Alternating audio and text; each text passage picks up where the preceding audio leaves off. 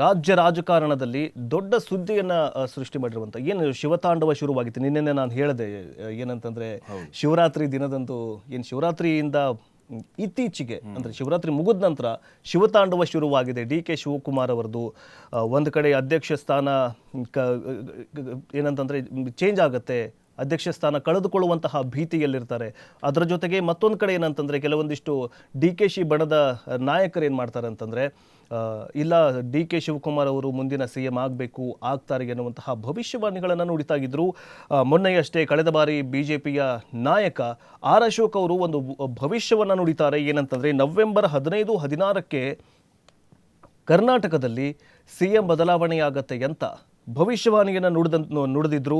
ಆ ಭವಿಷ್ಯವಾಣಿಯ ಪ್ರಕಾರ ಅದಕ್ಕೆ ಪೂರಕವೆಂಬಂತೆ ಈಗ ಡಿ.ಕೆ. ಶಿವಕುಮಾರ್ ಅವರು ಏನಂತಂದರೆ CM ಆಗಬೇಕು ಅನ್ನುವಂತಹ ಕೂಗನ್ನು ವೀರಪ್ಪ ಮೊಯ್ಲಿ ಅವರು ನಿನ್ನೆ ಅಷ್ಟೇ ಹೇಳ್ಕೊಂಡಿದ್ರು.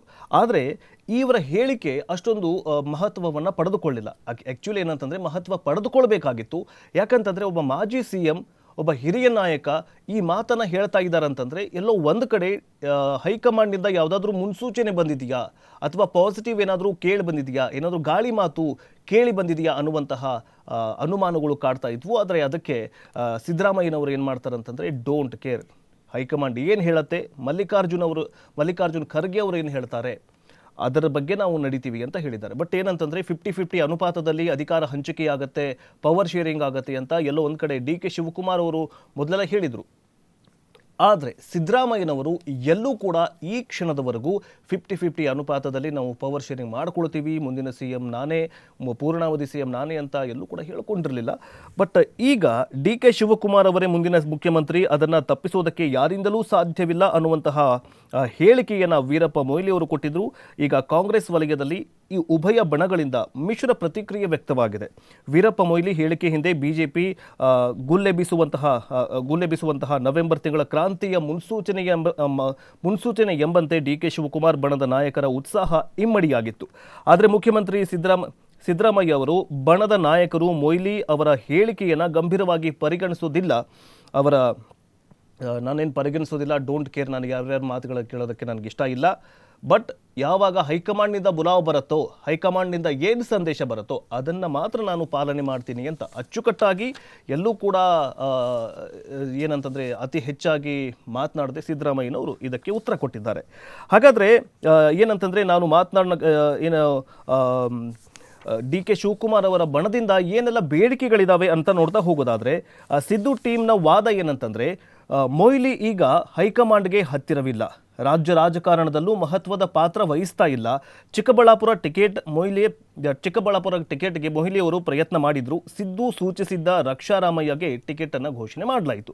ಅದಕ್ಕೋಸ್ಕರ ಈ ಥರ ಮಾತುಗಳನ್ನು ಆಡಿರಬಹುದು ಅಂತ ಸಿದ್ದರಾಮಯ್ಯ ಬಣ ಹೇಳುತ್ತೆ. ಆ ಒಳಬೇಗುದಿಗೆ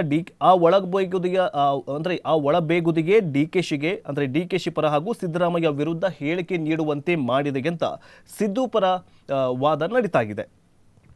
ಇನ್ನು ಡಿ.ಕೆ.ಶಿ ಪರ ವಾದ ಏನಂತಂದರೆ ಡಿ.ಕೆ.ಶಿಗೆ CM ಸ್ಥಾನ ನೀಡಬೇಕು ಅಂತ ಈವರೆಗೆ ಕಿರಿಯ ಶಾಸಕರು ಮಾತ್ರ ಹೇಳಿಕೆಯನ್ನು ಕೊಟ್ಟಿದ್ರು. ಇದುವರೆಗೂ ಯಾರು ಹಿರಿಯ ನಾಯಕರು ಯಾರು ಹೇಳ್ಕೊಂಡಿರಲಿಲ್ಲ. ಹಿರಿಯ ನಾಯಕರಾಗಿರುವಂತಹ ಎಷ್ಟೋ ಜನ ಇದ್ದಾರೆ ಕಾಂಗ್ರೆಸ್ಸಲ್ಲಿ, ಆದರೆ ಯಾರೂ ಕೂಡ ಡಿ.ಕೆ.ಶಿ CM ಆಗಬೇಕು ಅನ್ನುವಂತಹ ಕೂಗು ಅಥವಾ ಅವರ ಪರವಾಗಿ ಮಾತನ್ನು ಯಾರೂ ಆಡಿರಲಿಲ್ಲ. ಖರ್ಗೆ ಎಚ್ಚರಿಕೆ ಹೊರತಾಗಿಯೂ ಕೂಡ ಈಗ ಮೊಯ್ಲಿಯವರು ಈ ಮಾತನ್ನು ಹೇಳಿದರು. ಈಗ ನವೆಂಬರ್ ತಿಂಗಳಲ್ಲಿ ಕ್ರಾಂತಿಯಾಗಲಿದೆ ಅನ್ನುವಂತಹ ಬಿಜೆಪಿಗರ ಹೇಳಿಕೆ ಬೆನ್ನಲ್ಲೇ ಮೊಯ್ಲಿ ಮಾತಿನಿಂದಾಗಿ ಡಿ.ಕೆ.ಶಿ ಏನು ಬೆಂಬಲಿಗರಿಗೆ ಈಗ ಉತ್ಸಾಹ ಇಮ್ಮಡಿಯಾಗಿದೆ. ಆದರೆ ಏನಂತಂದರೆ ಪ್ರಭು, ವೀರಪ್ಪ ಮೊಯ್ಲಿ ಅವರು ಹಿರಿಯರು, ಬಟ್ ಏನಂತಂದರೆ ಈಗ ಅವರ ಅಸ್ತಿತ್ವದಲ್ಲಿಲ್ಲ. ಕರೆಕ್ಟು.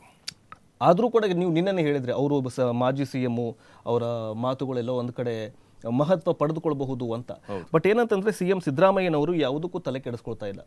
ಏನು ಹೈಕಮಾಂಡ್ ಹೇಳುತ್ತೆ, ಮಲ್ಲಿಕಾರ್ಜುನ್ ಖರ್ಗೆ ಅವ್ರು ಏನು ಹೇಳ್ತಾರೆ ಅದರ ಅನ್ವಯ ನಾವು ಹೋಗ್ತೀವಿ ಅಂತ ಹೇಳ್ತಿದ್ದಾರೆ. ನಿಜಕ್ಕೂ ಅಂದರೆ ಅವರು ಮೈ ಮೇಲೆ ಎಳೆದುಕೊಳ್ತಾ ಇಲ್ಲ, ಹೈಕಮಾಂಡ್ ಕಡೆನೇ ಬೊಟ್ಟು ಮಾಡ್ತಾ ಇದ್ದಾರೆ.